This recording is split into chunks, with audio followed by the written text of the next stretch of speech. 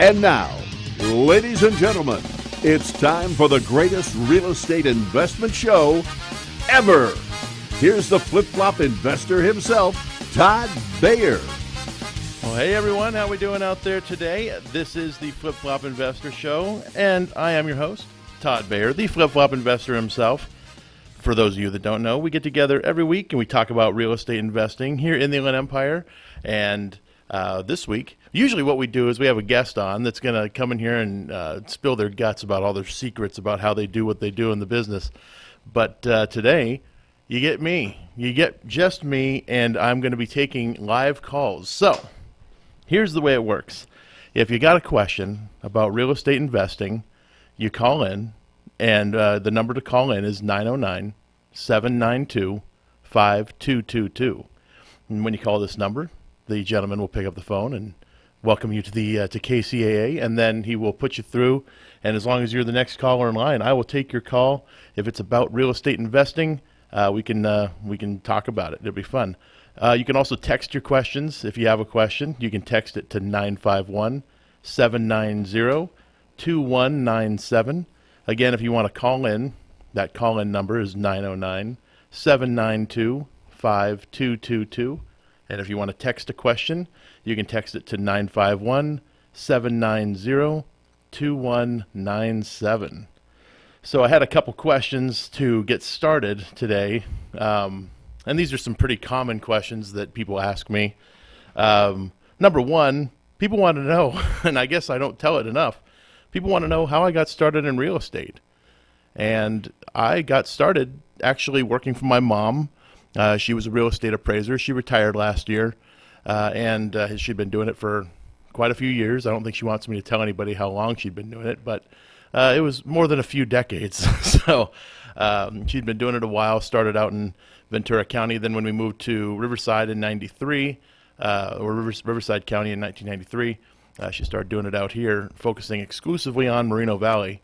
And at that time, this was 2005, I was working out in Huntington Beach, going down the financial planner route, where I was trying to become a financial planner. And I wasn't great at it. I was like 22 years old, and I didn't really know how to talk to people who were going to be retiring soon. And I had no frame of reference to kind of get them to move towards these retirement plans we were trying to get them into. So I was having a hard time with it. And one day I called my mom just to see how she's doing. And she tells me that she's crazy busy. Because if some of you out there remember, in 2005, real estate was on the crazy upswing out here. And we had all kinds of interesting loan products available. So there were a lot of people refinancing their homes at this time. And a lot of people were buying homes. A lot of people were buying homes that shouldn't have been buying homes. But nonetheless, whenever you buy a home, traditionally, you're going to have to get an appraisal if you're getting a standard mortgage. So the lender's going to require an appraisal to be done. And once you have the appraisal done, then you close your loan, assuming everything comes in at value, and you go from there. Well, my mom had a ton of these appraisal assignments coming in, because of the way the market was going at that time.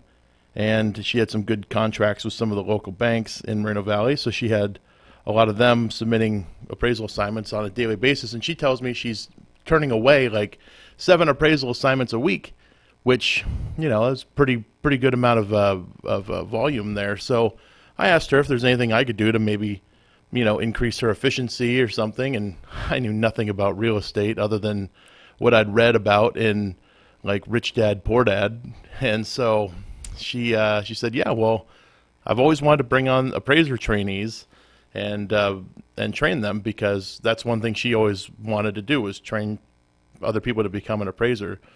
And for those of you that are unfamiliar with how it works to become an appraiser, you first have to take your classes, then you take your test. Once you pass, you get your appraiser trainee license.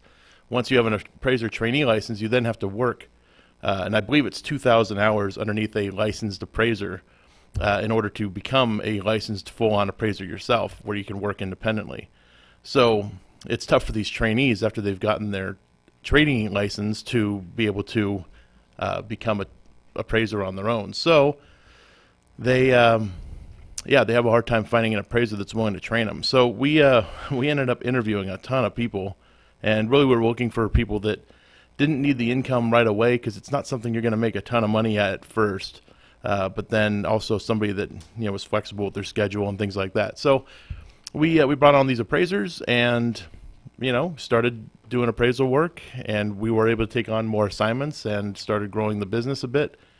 But that basically went for a good year and a half, is when we finally got to the point where we're like, well, we want to try dipping our toe into real estate investing a little bit. My grandmother had passed away and left us a little bit of inheritance, and my mom said, this is money I'd like to invest in real estate. I've always wanted to invest, and we just never have. So we decided, let's start looking into investing in property. So we found a house. Actually, we figured out the best method for us was going to be investing in trustees sale, because there's deals going to sale every single day on the trustees sale. This is where people have lost their home to foreclosure, and the bank is selling it publicly. And at this time, it was at the courthouse steps in Riverside. So I would go down there every single day, and you had to have cashier's checks in hand in order to buy these. You can't get a loan or anything like that. So we would bring all the cashier's checks with us, and bid on every single property that was up for sale that we wanted to buy. And for a good 3 months, I bid on properties every single day and never got one. I was always outbid by the big dogs that are out there at the trustees sale, and some of you I know pretty well now. But you guys would always outbid me. So I just got tenacious and kept going and going and going. And then eventually I pulled one of you guys aside and asked you, are you going to let me get one today? And he said, you know what? And I said, look, man, I just want to get one house, and that's it. I'm probably going to be gone for 6 months working on it before I even get back to here again to buy another one. So I'm no real competitor. So he says, all right, let's take a look at what you got. What are you going to bid on today? So I show him my list, and we compare notes, and he says, you know what? I wasn't really wanting to buy this one right here, but I have to place a bid, but my bid is way lower than your max. So go ahead. I won't bid on this one. I'll make my minimum bid, and then I won't bid after that, and nobody else is going to buy it. I already know. So I said, okay, well, let's try it. So, we did, and we bid on it, and lo and behold, it worked out. Nobody else bid, and I ended up getting the property. So, that was basically how I got my start. Was the first was buying it at a trustee sale, and that property we ended up having to go talk to the owner and or the former owner, I guess, because now that we had bought it at the trustee sale, it wasn't hers anymore. So we went down there and talked to the lady and said, I'm sure you were aware this was going to happen. Your house went to sale, and we were the high bidder. So we've now taken ownership of the house and want to help you, move on to your, the next situation you want to get into. So we offered her, what a lot of people in the business call cash for keys. This is where you offer money in exchange for them to move out of the property in a timely manner. So, and it's, meant to help out with moving costs and, making a first and last month's rent deposit or something like that. So, we offered cash for keys and, said, if you're out by this date, we'll give you this amount. And, they agreed. They said they'd be out, and we actually showed up that day, and we said, for every day you're not out, we're going to penalize you $100. So I don't know if they thought we were kidding or what, but we showed up the day they were supposed to be out, and they weren't out. And, so I said, well, when do you think you're going to be out? And they said, we'll definitely be out tomorrow. And I said, okay, I'll bring cash with me, and we'll make the trade there. So showed up the next day, they had everything out of the place, and they were ready to go. And so we exchanged the keys for the cash, and off we went. And that was pretty much the first time I'd ever dealt with a construction project on my own, too. So hiring subcontractors and dealing with all that mess was a bit of a headache. So, but I learned the hard way and finally got through it, and, probably overspent quite a bit of money on that house, but we ended up selling that one in January of 2007. So that was actually the first exit I ever had. And then, I guess fortunately for me, I wasn't really good at finding deals at that time, because I was brand new in the business. So, I didn't really, find any more deals to buy after that one sold. So, I kind of got lucky and didn't end up losing houses in the downturn, because I couldn't find any. So once property started going down, we started buying rental properties. And so before I go on to that question, I will just remind everybody that what we're doing today is a call-in show. So if you want to talk to me about something that's on your mind in real estate investing, you can call in. The number to call in here is 909-792-5222. Again, that number is 909-792-5222. You can also text a question, and that is 951-790-2197. So that's if you want to text. You can text a question to 951-790-2197. We got a question from the peanut gallery out here. We got one here. It says, how is the market for flipping now at this time? Well, the market's good right now for flipping, especially in the Inland Empire. If you're trying to buy houses out this way, you're still looking at buying houses less than you can get in the coastal counties. So a lot of people that have been flipping out in Orange County, LA County, San Diego, Ventura, they're starting to move inland because this is where the deals are now. And, out there they're starting to get lower yields on their or lower returns on their investments, so they can't buy them at the same pricing. Plus, we're really starting to see a lot of flattening out of pricing out in that way. So the prices are starting to come down, from based on where the house was listed originally to where it's now selling. It's they're all taking price drops at this point. So out here in the Inland Empire, we're not taking price drops just yet. We're especially in the affordable housing range. If you're trying to sell a luxury property out here, it might take you a little while. But if you're trying to sell an affordable home, and this is going to be something from the $300,000 to like $450,000 range, that's going to be a pretty quick escrow at this point. So flipping's still a good market, but I'm at this point kind of setting a date of when we can expect to see another recession, like housing bubble burst type thing out here, and I'm thinking probably sometime around the end of summer 2020. And that's assuming everything kind of keeps going the way it's going. What does that mean for me? Right now I am slowing down what I'm doing in single family. And that's, that means I'm not trying to buy as many. I'm only trying to buy the ones that are actually going to produce a good return. I'm not willing to take chances on any, and not willing to risk, the potential market upswing, as a means of generating profit. We're only buying the deals now that make absolute sense to us and are going to pay a decent return. So, got another question here. It says, where is the home market going, up or down, for buying and selling? Well, I guess I sort of touched on that a little bit. And, it's going to go up for a little bit. We still get that nice thing that happens here in the Inland Empire. A lot of people that want to buy out in Orange County and LA County, they're realizing that they're priced out.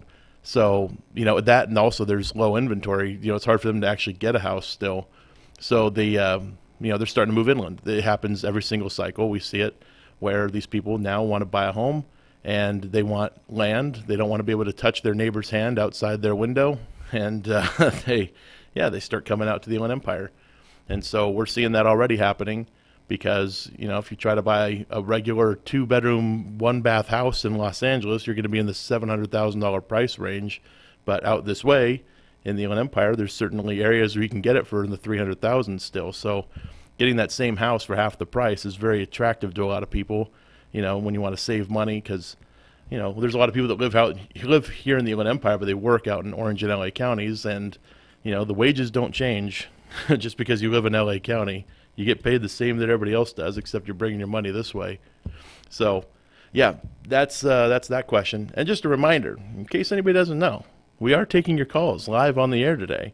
So don't be shy. Just call in and give me your questions about the real estate investing. If you want, the number to call in is 909-792-5222. You can call at 909-792-5222, or you can text at 951-790-2197. Again, the text-in number is 951-790-2197.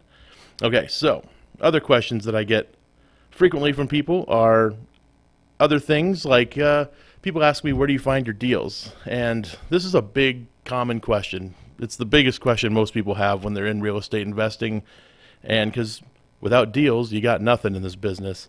So where do I get my deals?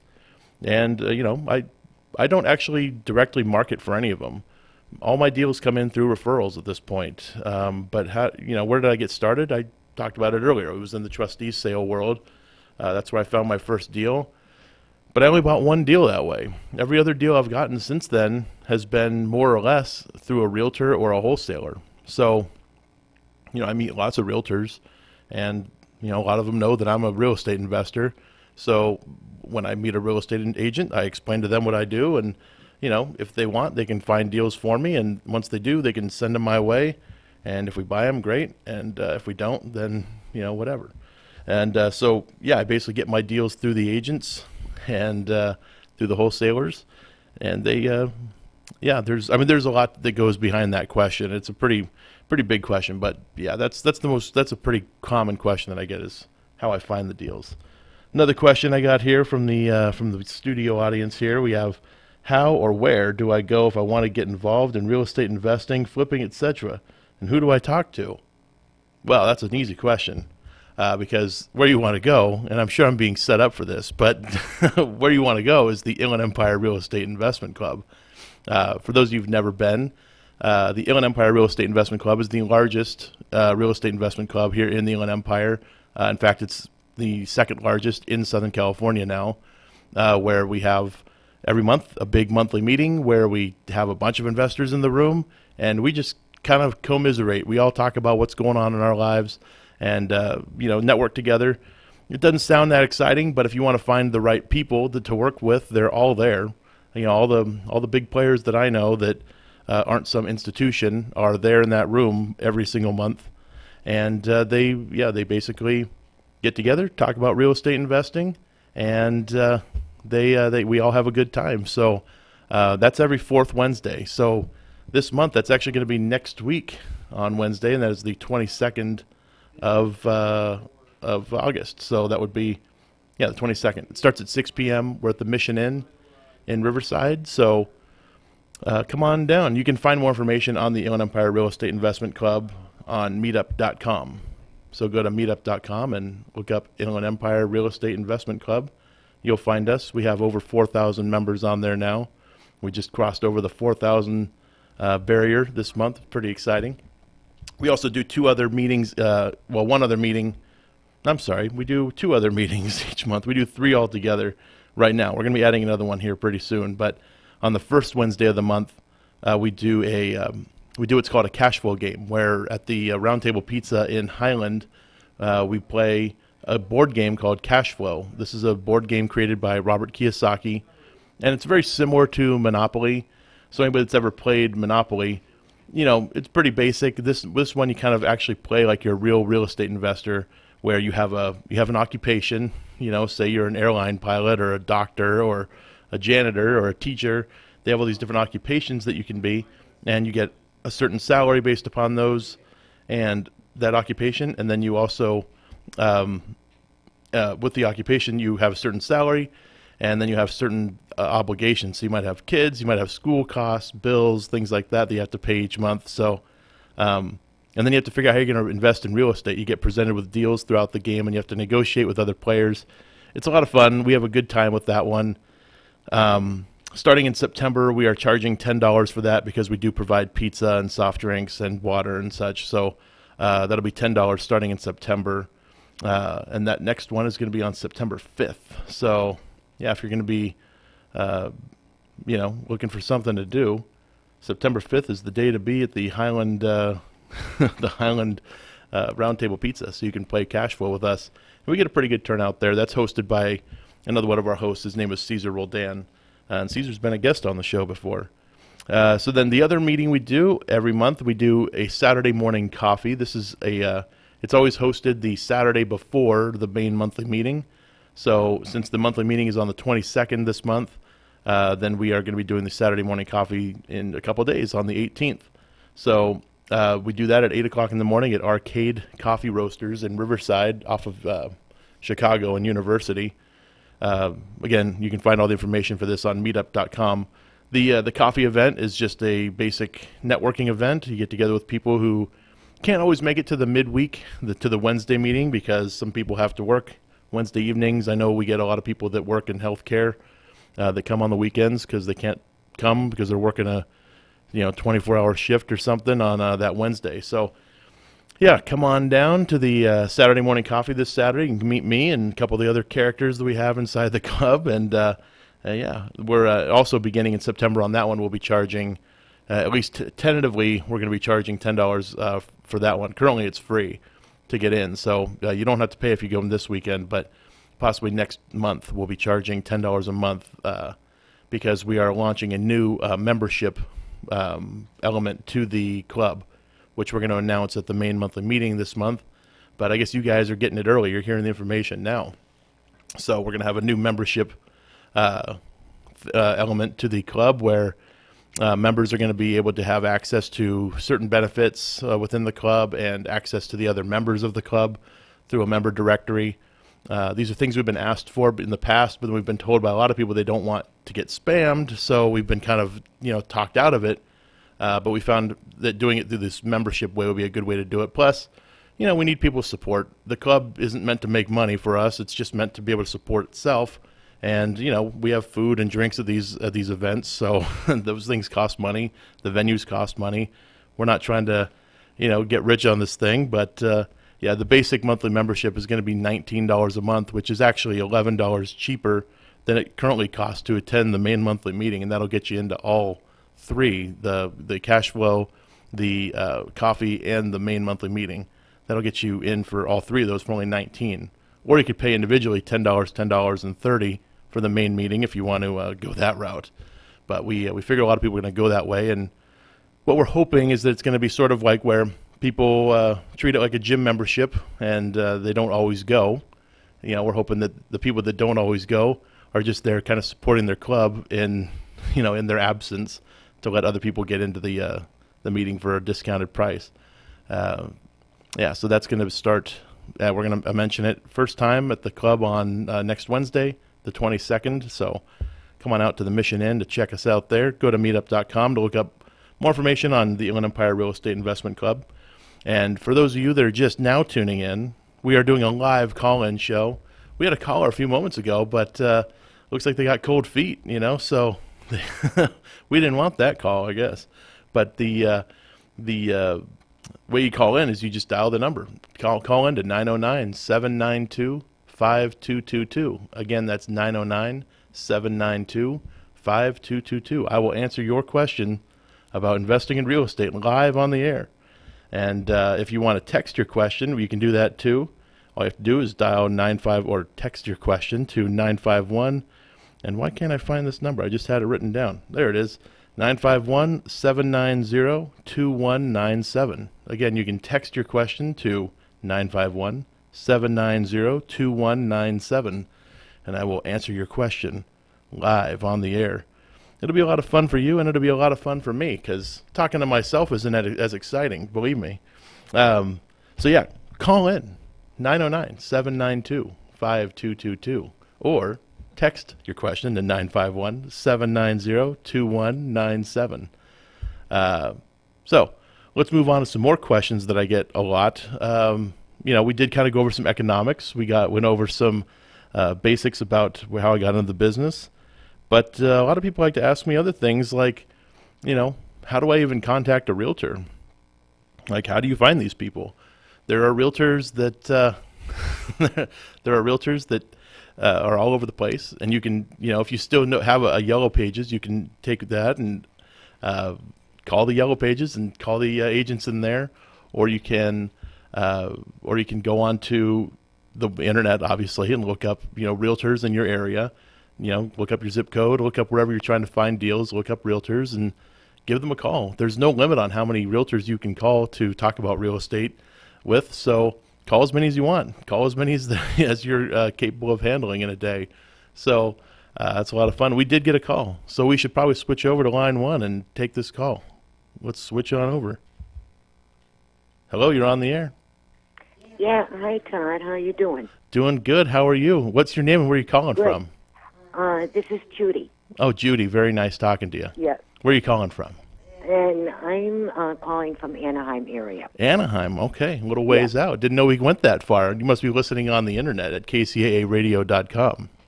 Yes, I am. And I have 3 big questions to ask you. 3 questions, all right. Yes. We're first time out looking for to buy a house because we're in a small apartment at this time. And we want to come into the Inland Empire area. We have no children yet, but we have 2 Great Danes, big dogs. Okay. And looking for the first time out, the budget's around $350, $375.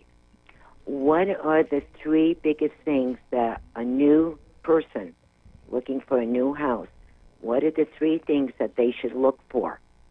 3 big things for a person to look for that has 2 Great Danes and lives in they're in an apartment right now and they're looking to move into a house. So yes. Okay, so what are we trying to decide for these people? Okay, so this person would need to first make sure they're pre-qualified for the house that they're trying to buy.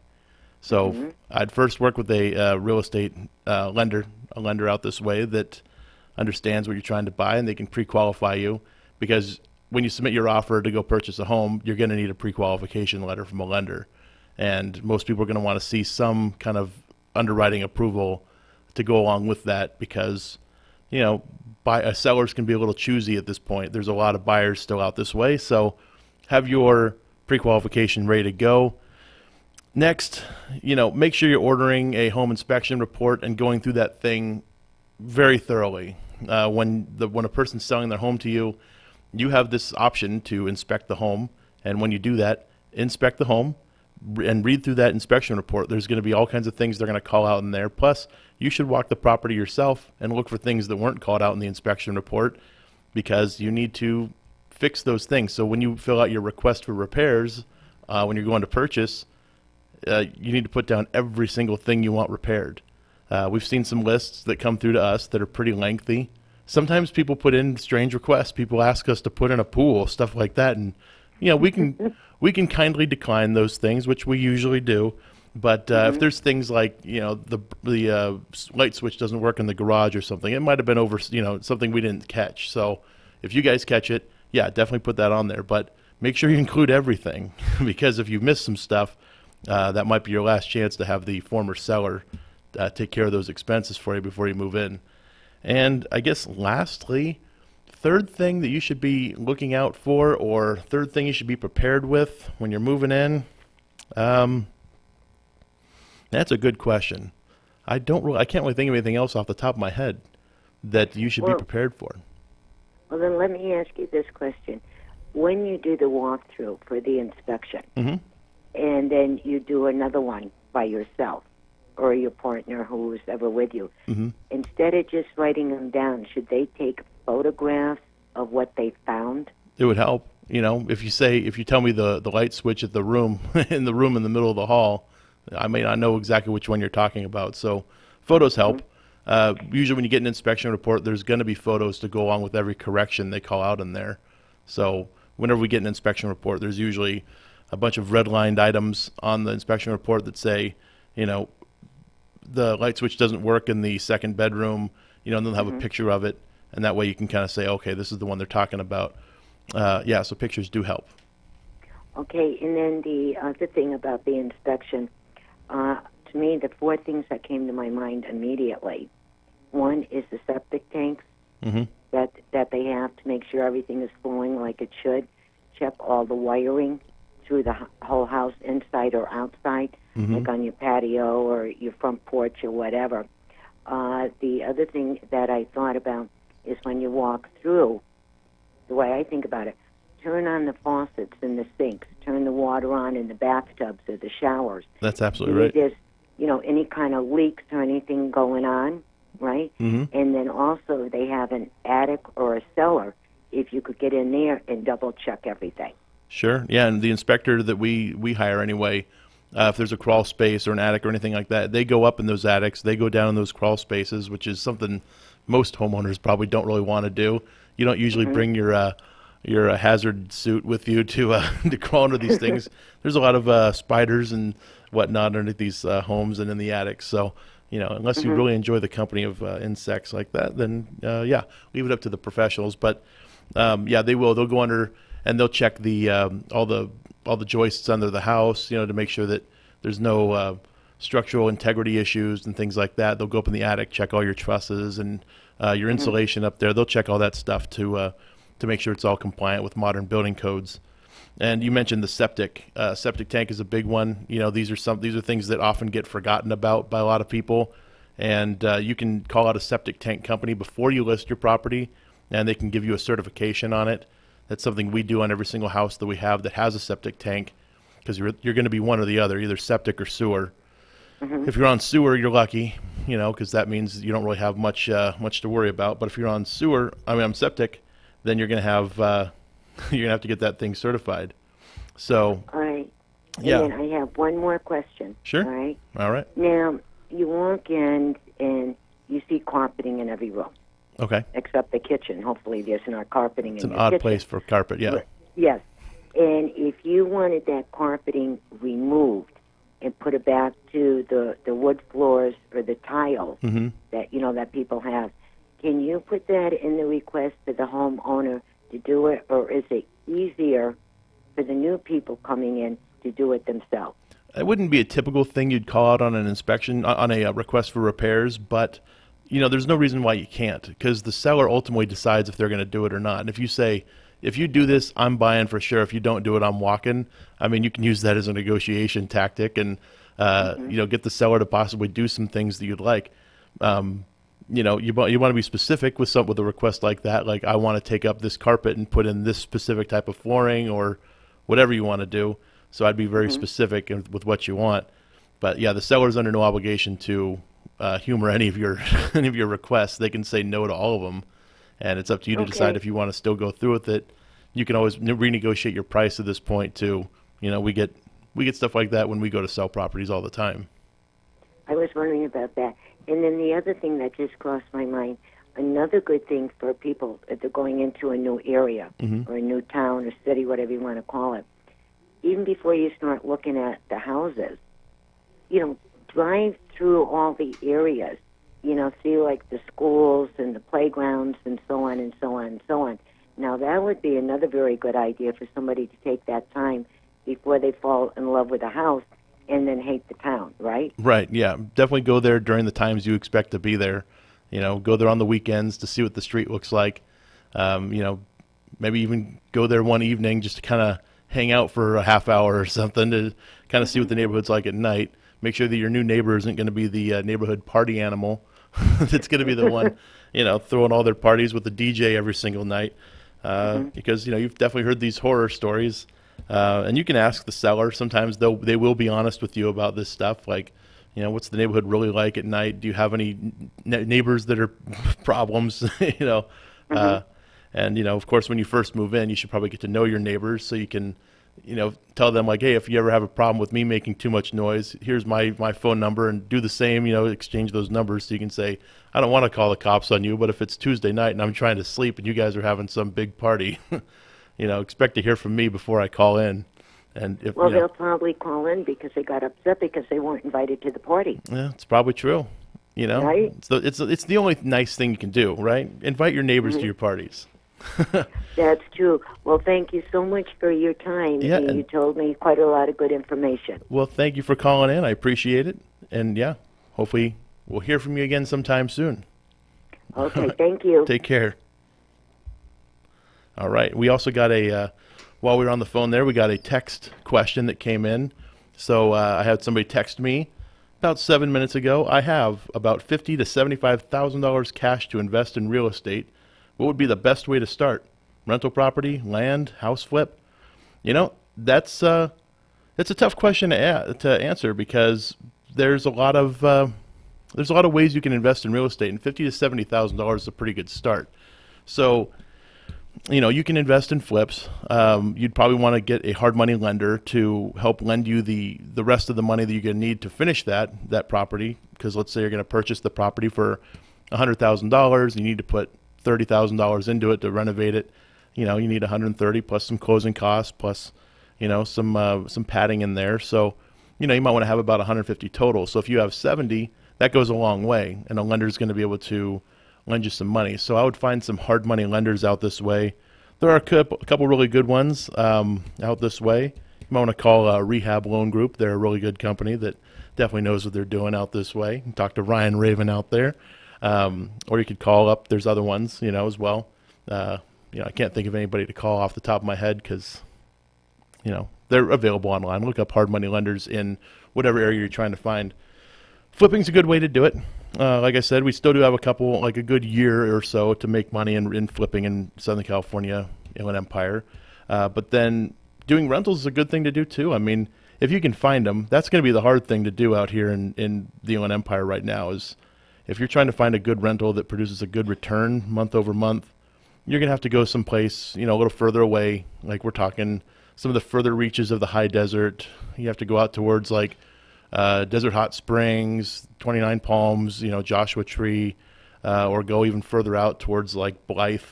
You can find some good rental property out that way that'll produce a decent return. But, your returns that you want to earn on a rental that's your choice. I can't tell you what you should make on a rental, but, for me, I kind of want to make at least 10% on my money. So if I'm going to do a rental out that way, I'd like to do at least a 10% return per year, and that's net. When I'm talking about a rental property, you want to take your annualized cap rate, which for me would be a 10% return, and I'd like to, pay all my expenses each month, like my maintenance, any repairs and expenses, and then I'd have to also include my maintenance, my utilities, things like that. I want to include that in that cost ratio, which I usually work out to be about 35% on a single family house. And it depends on what you're paying for utilities. Obviously, there's changes from property to property, but yeah, I like to net out about a 10% return on a rental. They're out there. There's not a lot of them right now because pricing is high. So when prices are high and rents haven't gone up at the same proportion that pricing has, it's going to change your outcome. So another thing people do with money like that, sometimes they find an operator and they partner up with them. Maybe I know a guy that's got, another $70,000. You got $70,000. He knows what to do. He can go find these properties, no problem. I can find these properties or whatever. And we got the money. We just put it together, form a little partnership. You can form it there's all kinds of ways to form it, really. You can do it as a partnership, trust, LLC, corporation, however you really want to structure it. Obviously, talk to your legal professional before going down that road. You want to make sure you have your contracts in place there because partnerships have been known to go haywire in the past. So yeah, you can partner up with somebody and find a deal, do it all kinds of different ways. You could even get into a larger pool of people. Say you find 10 people that have, $70,000 sitting around. You can get all of them to put their money together and go buy some kind of big commercial property or something along those lines. It's always a good way to do it.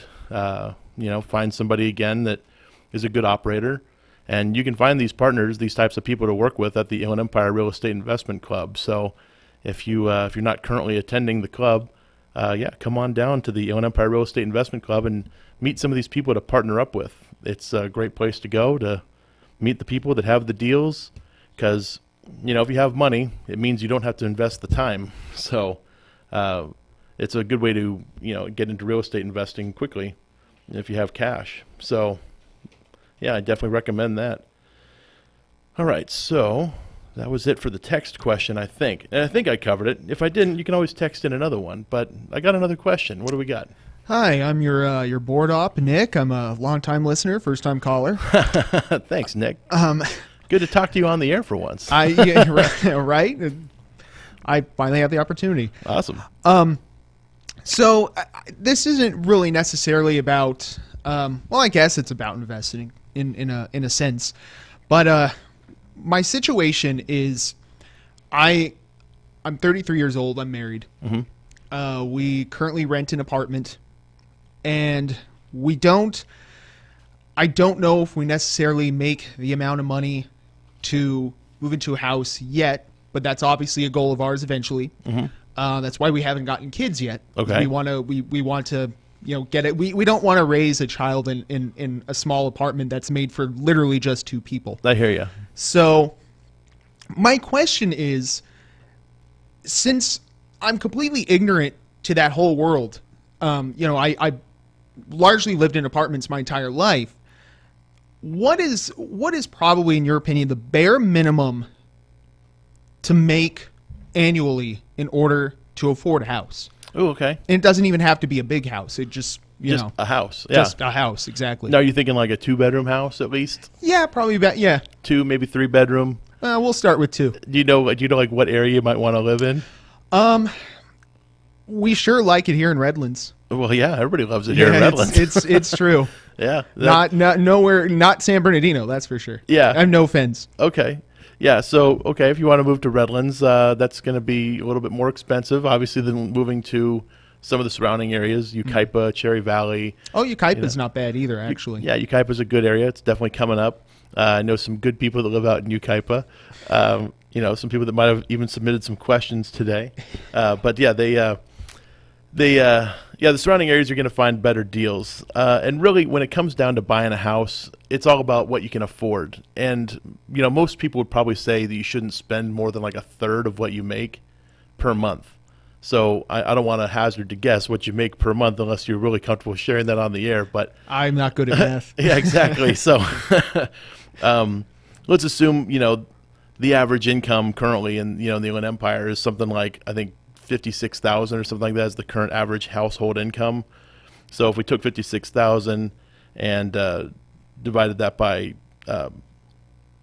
multiplied by 1/3, 56,000 times 1/3, and I messed up, pressed the wrong button, times 1/3, 56,000 works out to be 18,666 divided by 12. Monthly payment of $1,555. So let's put that in our financial calculator here. And then we're going to assume you get an interest rate right now of like 4.5%, making that kind of a payment. So that affords you a $307,000 loan, which can be done. In the Inland Empire, you can take advantage of some of these loan programs that allow you to put down as little as like 3% on a purchase. And so 3% on a purchase would mean you'd buy something around, $320,000, somewhere around there. And so, yeah, you could purchase a home for $320,000, get a loan for $307,000 or whatever that works out to be, and your payment would be about $1,555. So, assuming your annual take home, between you and your wife is $56,000. That's around there. So that's the median income in the Inland Empire. Then you're going to be, and don't quote me on that being the median income, by the way. I didn't look at that number today, so it's probably close to that. But yeah, so that would be that's about the house you could afford, about $307,000 loan. So the more you have to put down actually can help, bring the payment down. And I don't know what you pay in rent each month, but it's possible that might even be somewhere around what you're paying in rent already. It's a little bit more. We think we pay about, all told, about close to about $1,000 a month, which is actually pretty good for this area. That's great, yeah. But you live in Redlands? We live in Redlands, Man. yeah, and we live in a good neighborhood too. My gosh. We were able to find that little diamond in the rough where, when we saw the rent for all the surrounding areas, and then saw that, it didn't take long for us to make our decision. Yeah, it makes me want to find out where you live and make an offer to that owner, because he's clearly not making enough on that building. Right? Sorry, I'd have to kick you out. No, I'm just kidding. No, I wouldn't do that to you, Nick. But so that's it's pretty good. That's actually a decent little house. But yeah, that would be more. So you got to have to supplement your income somehow, or hit the boss up for a raise. What you could do, you could always drive Uber. Some people do that these days. They drive Uber at night. Hustle. Little side hustle, yeah. Some people Airbnb out their, like you can Airbnb a room in your apartment or something. If your apartment owner's okay with that. But, right. Yeah. So you're basically saying because we do make around that much annually. So you're saying with that we have a shot. We have a chance. Yeah. Yeah, and you'd go with like a first-time homebuyer program, through FHA, and that'll give you you can have a lower down payment, like 3%. Traditionally, a mortgage down payment would be like 20%. Mm-hmm. So if you don't have that kind of savings, you obviously get better rates, with 20%. Plus, you don't have to pay mortgage insurance. Right. There's some extra costs that come with that $1,500 a month. You're gonna have to also pay property taxes, and you have to also include homeowners insurance in that price. Plus, and if you're doing one of these homeowner assistance programs, you're going to have mortgage insurance that you have to pay each month too. So all those premiums get worked out, and then in order to get a direct, exact quote on what you'd actually be paying per month, you have to talk to a lender, because I don't do regular homeowner loans. So Right. I'm actually I'm not an expert in that field. I'm probably even misquoting some of the new homeowner programs, but I'll take it as a ballpark. yeah, it's a ballpark. Purchase a home for about $320. You can find them. There's a lot of them out in San Bernardino, but you already said you don't want to live there. So Yeah, well, I'm sure there's nice areas in San Bernardino. there are. Yeah. There are some nice. Actually, we got a house in one of the nice areas out there that we're flipping right now. So I know the areas in the base of the mountain are actually pretty nice. yeah, and yeah, it's like when you get up towards like the Cal State, San Bernardino, there's some nice areas up there too. Yeah. So I wouldn't mind living in that area. they're not too bad. No. Commute wise, just everybody's going south in the morning and north in the evening. So Right. that's where your traffic's going to be. Well, that actually wouldn't be a bad route to go now that I think about it, because my wife actually works up in the mountains. Oh, perfect. So that would actually work out a little bit better. Yeah, might be a little bit closer. Yeah. Cool. Well, But- thanks, Nick. And thank you. Yeah, anytime. Maybe if we got some time, we'll throw another one. We did get another question in, so we'll have to take this one. Let's see. It says, to help pay for the house rent, a room average here is $500 per month. So $1,500 could be $1,000 for the house. Is that a statement? I'm guessing that's a statement. So to help pay for the house, rent a room. Average here is $500. Okay, so what they're saying is you can get $500 for a room average out this way. So if you have an extra room, $1,500 would actually have to be $1,000 a month is what you'd be paying. So, yeah, very good point. So yeah, if you had another room to rent out, if you say bought a 3-bedroom home, rather Nick, instead of buying a 2-bedroom, buy a 3-bedroom and rent the other room out. Again, using something like an Airbnb or even just rent it out to a college student. Another advantage of living near the college is that you have kids that want to live nearby. That's a good point. So $500 a month, and hopefully their mom and dad are paying that, so they're good for it. Right. I know a lot of people do that out by UCR too, where they rent out a room or a few rooms or an entire house room by room. So, it's a good way to actually increase your rents on a house that you already own.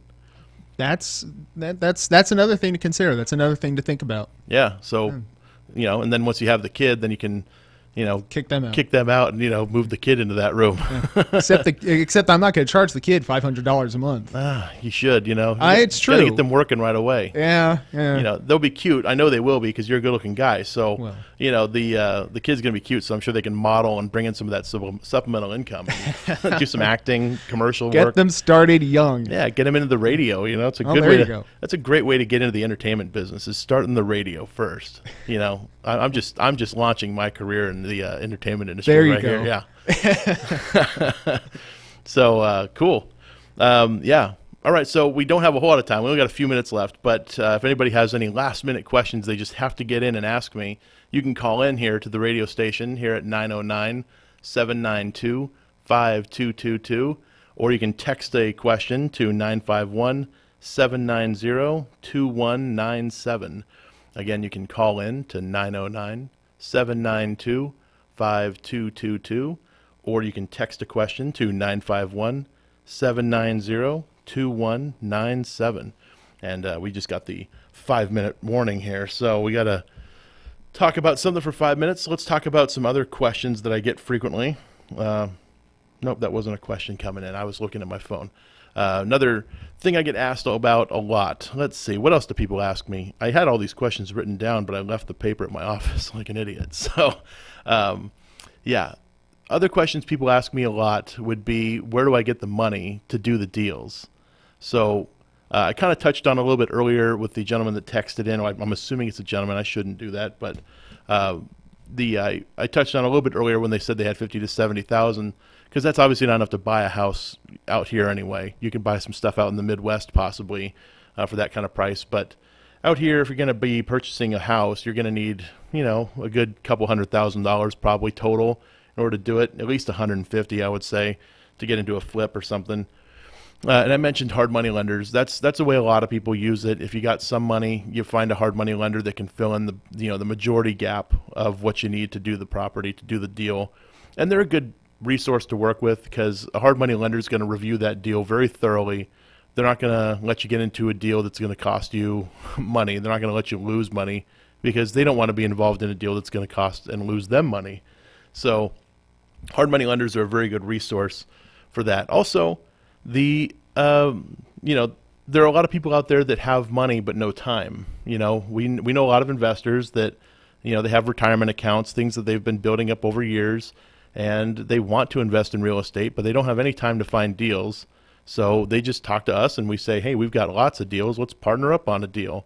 Or sometimes they lend money to us, or, we have a securities exemption, so we have a way of doing this. And, I'm definitely not by any means trying to sell securities on the radio because that would be terrible. You're not allowed to do that. So,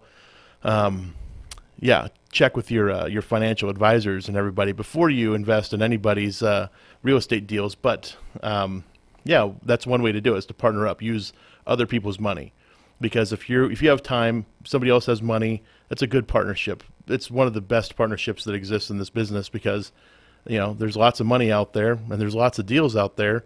So you just have to be able to marry the two together. And being creative is how you make things happen in this world, at least as an entrepreneur. So, that's another way to do it, is just partner up with somebody, find somebody with money. There's other ways to do it. If you have really good credit and a pretty decent job, you can borrow money, get a line of credit from a bank. There's a not very popular idea, which is to take out an equity line on your home, and borrow money that way to invest. I don't think it's a great idea because you're putting your personal residence at risk, but if you're comfortable with that risk, it's something that a lot of people do. Some people also will borrow against their retirement accounts. So let's say you have a pension with the company you work for or a 401k. Oftentimes you can contact them and set up a margin account with your retirement company, and you can usually borrow a percentage of what you have currently invested.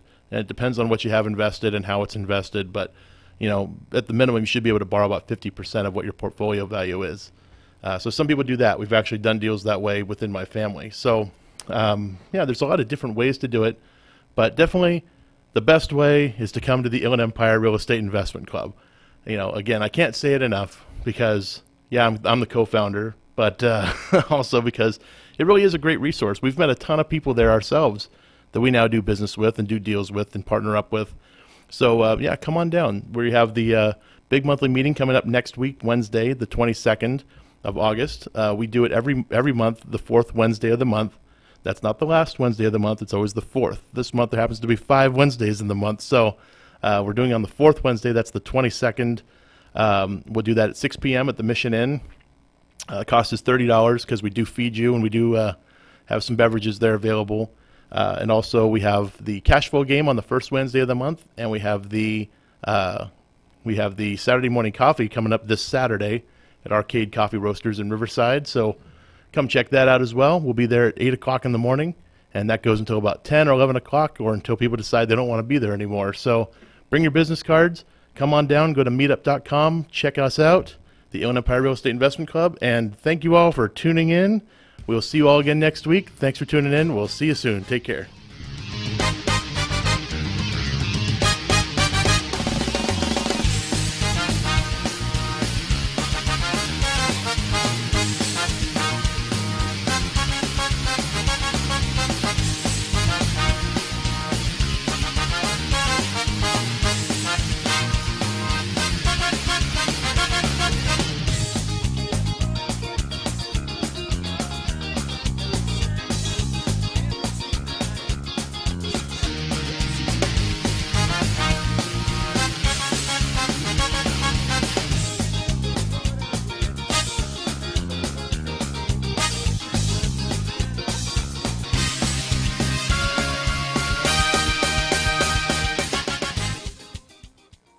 KCAA Loma Linda, 1050 AM, 106.5 FM, and now 102.3 FM.